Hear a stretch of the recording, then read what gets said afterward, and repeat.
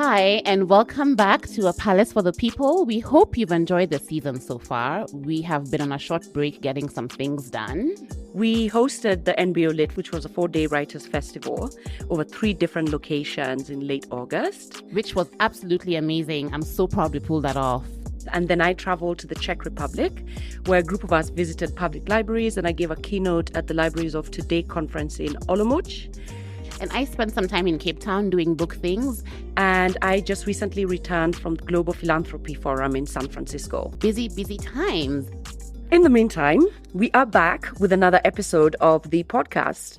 And you know the drill. If you haven't yet, please go back and take a listen, because this season has been... amazing? Can we Yes, we're allowed to say that. I suppose we have to believe in ourselves first. It has been amazing. Indeed.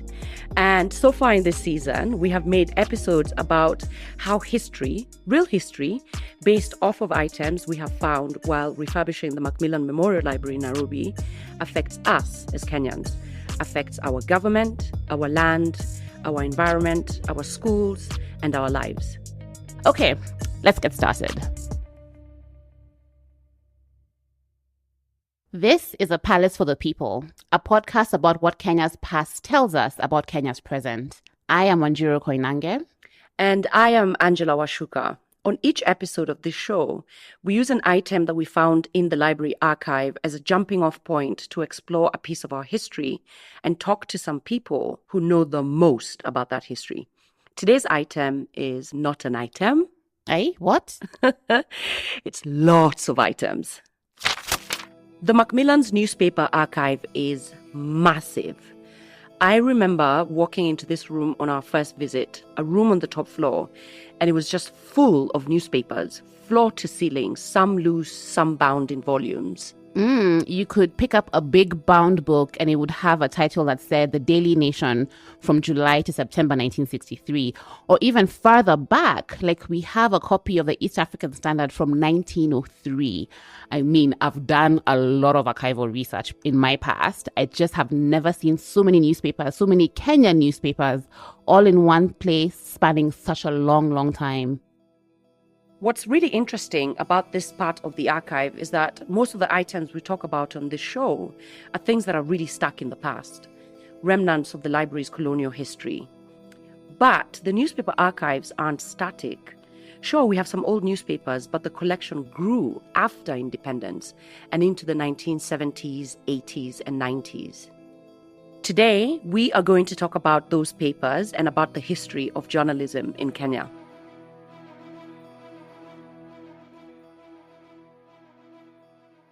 I think a free press is important precisely because it's in the nature of governments to go beyond what it is that they are mandated to actually do. And it is a free press that has sort of the ability to watch over the 3 arms of government, the legislature, the executive, and the judiciary. Without a free press, you are in a very unsettling and an uncomfortable sort of position. This is Professor George Ogola, a professor of media industries at the University of Nottingham in the UK. And listen, I thought it was best to have the professor start at the beginning. I like it. I approve.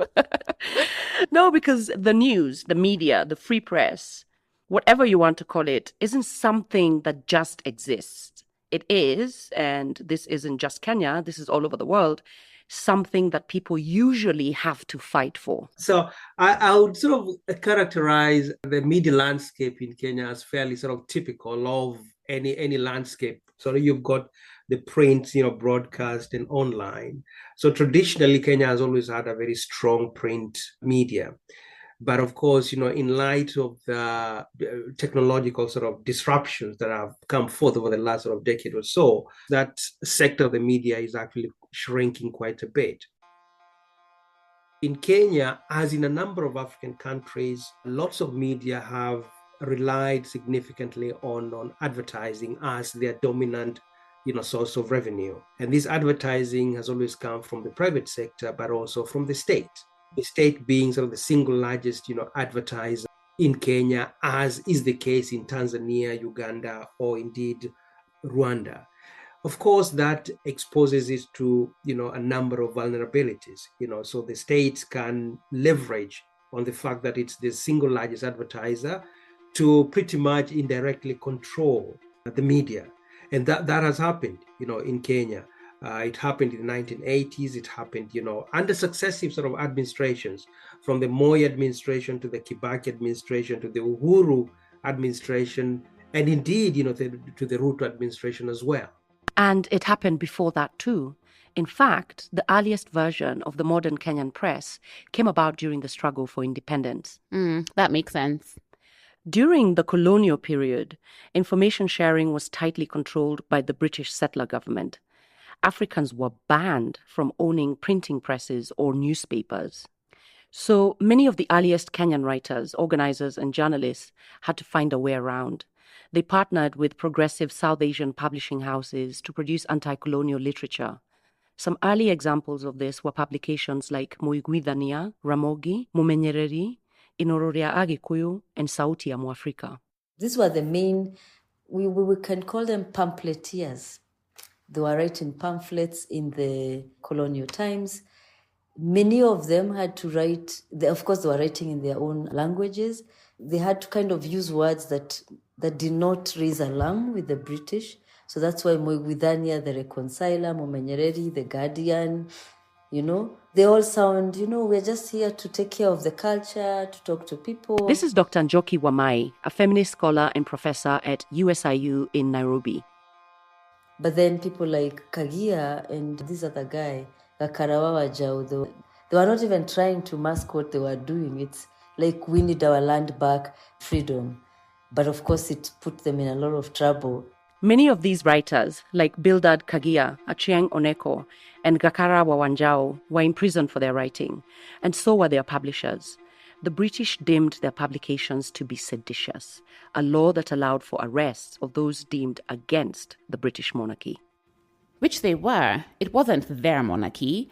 These guys didn't consider themselves British colonial subjects. They were fighting for their independence from the British crown. Yeah, but that wasn't really an allowable defense back then. But where one person would be arrested or a publication shut down or a publisher intimidated, more would come up in its place. Nyanza Times, Weathi, Mudhamaki, Radio Posta, Uhuru Afrika, Mwalimu, Mweathi, Mwaraniri, Gikuyu na Mubi, Luo Magazine. There's more, I'm sure. Kenya's dissent publications could not be stopped, and they played a vital role in the struggle for independence.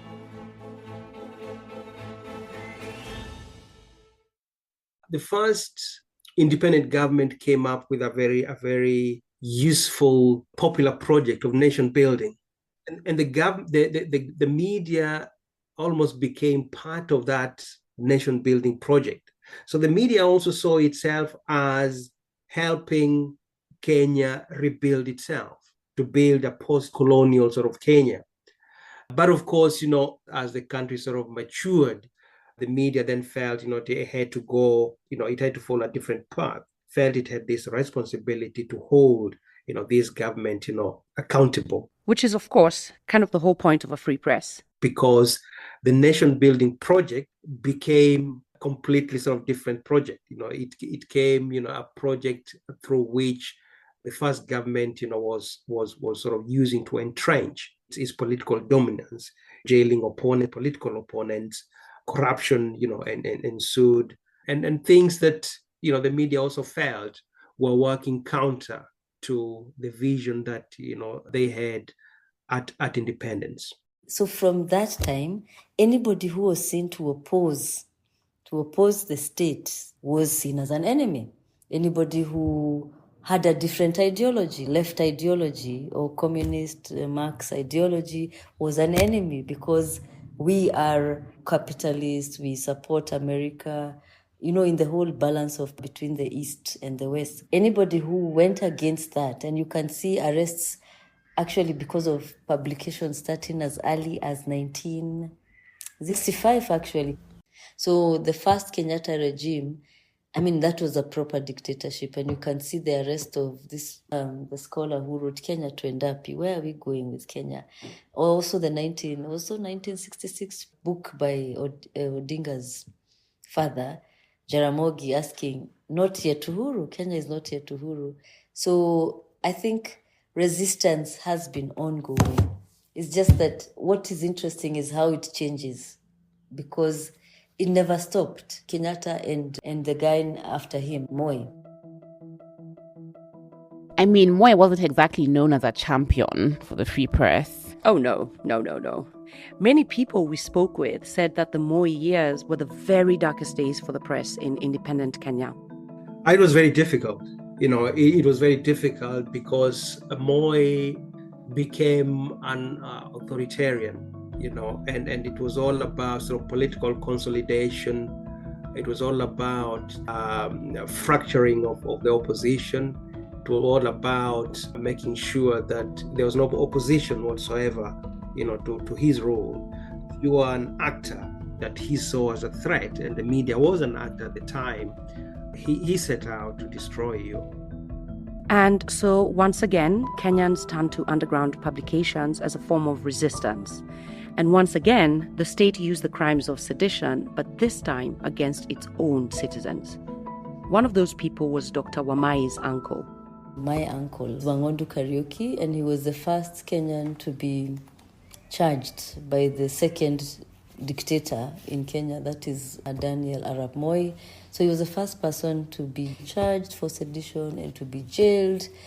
And the sedition charges was because he was allegedly arrested with a seditious publication, which is Pambana, one of the revolutionary newspapers of the time. Pambana was the underground paper of the December 12 movement, and just possessing a copy would get you in trouble. It was one of many alternative publications at the time, and Dr. Wamai, with her colleague Kimani Waweru, are documenting and archiving these publications at Nairobi's Ukombozi Library. Libraries. Got to love them. The Ukombozi Library is also in the Nairobi CBD, like the Macmillan. It was established in 2017, but the collections are, of course, a bit older than that. The library is really a collection. It was initially started as a huge donation of personal libraries of two Kenyan leftists and revolutionaries. One was Maina Kenyatta. So he gave his personal collection of, I don't know how many books, but there must be thousands. And also Nazmi Durani, who is Shiraz Durani, both Shiraz and his brother Nazmi. So they gave a huge collection of books. Most of these books were the banned books. There were lots of these banned magazines, banned newspapers. Yeah. These publications, which were seen as seditious under Moi, were kept safe and out of sight throughout the dictatorship. Some of them, the only remaining copies. Also alternative newspapers. There was one called Society, and then there was in Nairobi Law Monthly. All those were meant to be alternative newspapers, alternative magazines. And every time my dad used to read some of this, he'd tell me to close the curtains, and it's like it was the dictatorship, so you don't known to be reading what was seen as subversive. The weekly review springs to memory immediately. We had a few copies scattered around the house when I was growing up. Joe magazine on my end, which was, of course, set up in the 70s by Terry Hurst and Hilary Ngweno. Yes, and Viva magazine as well. It was a fashion magazine. And you would have also thought, it's just fashion, women looking beautiful and stuff like that, and men posing. But through that fashion magazine, Viva magazine, they would write also subversive stuff. So again, it also talks about the capacity of Kenyans to be very, to find sort of new ways of engaging or critiquing sort of the state. So it's not just through the mainstream sort of platforms or narrative forms that we are used to. There are also sort of alternative ways in which, the state has always been held to account. I'm thinking of, for example, Wahome Utahi, the satirical writer who I actually did my PhD on the works of Wahome Mutai. Sure, I know you remember Wahome Mutahi. Yes, I do. Whispers. Yes, I had an uncle who was such a huge fan that he was nicknamed Whispers, which is probably how I came across the Sunday column myself. This gentleman was a very good satirist, So he turned to sort of fiction to criticize the state. So his fiction column, Whispers, which was widely read in Kenya, became almost sort of an alternative newspaper within sort of the mainstream newspaper. So everything was sort of tongue in cheek. So he could not be taken sort of seriously by the state. By those who read that particular story were very much aware of what it is that he was talking about. The column was published in the Nation, but other times sort of in the Standard, became a very powerful space through which the excesses of the state were constantly sort of exposed. Very innovative in the way he used language, in the way he used his imagery, but it also sort of his development of a narrative form that ruptured, the boundaries that had been erected by the state to determine what was allowable and what was not. The beauty about Whis is the way he told and he related part of his experience. This is Msanii Kimani wa Wanjiru, a journalist, cultural critic, and satire enthusiast. Many people saw themselves in it because, like, for instance, his experience growing up, if it's going to school that were managed by the church at that particular time. So anyone who grew up in the rural setting could relate, and then transport Whispers into the urban setup. And now he's telling the stories of Eastlands, the stories of, all those places. And again, you found ourselves resonating with those experiences. When artists realized that you could actually use satire and make people look at themselves, we can tell our truth in a way that we laugh at ourselves, but in a way also that questions some of the things that were happening. Whispers columns became very popular because of the way people laughed, but also people saw themselves in those situations. But then, the late Wahome Mutahi was one of those people who was arrested and detained in the notorious torture chambers and now Nyayo House. And he captures it in his book, 3 Days on the Cross. 3 Days on the Cross, Mutahi's prison book, is one of many prison writings by Kenyan authors. Well, if you're throwing authors in jail, you're going to get a lot of prison books. It's a genre Kimani became fascinated with. So as a writer, I also now went into history of the struggle for liberation. And along the way, I came across the information that the first post-independent Kenya political prisoner was also a poet. Wait, did he say poet? Yes, he did.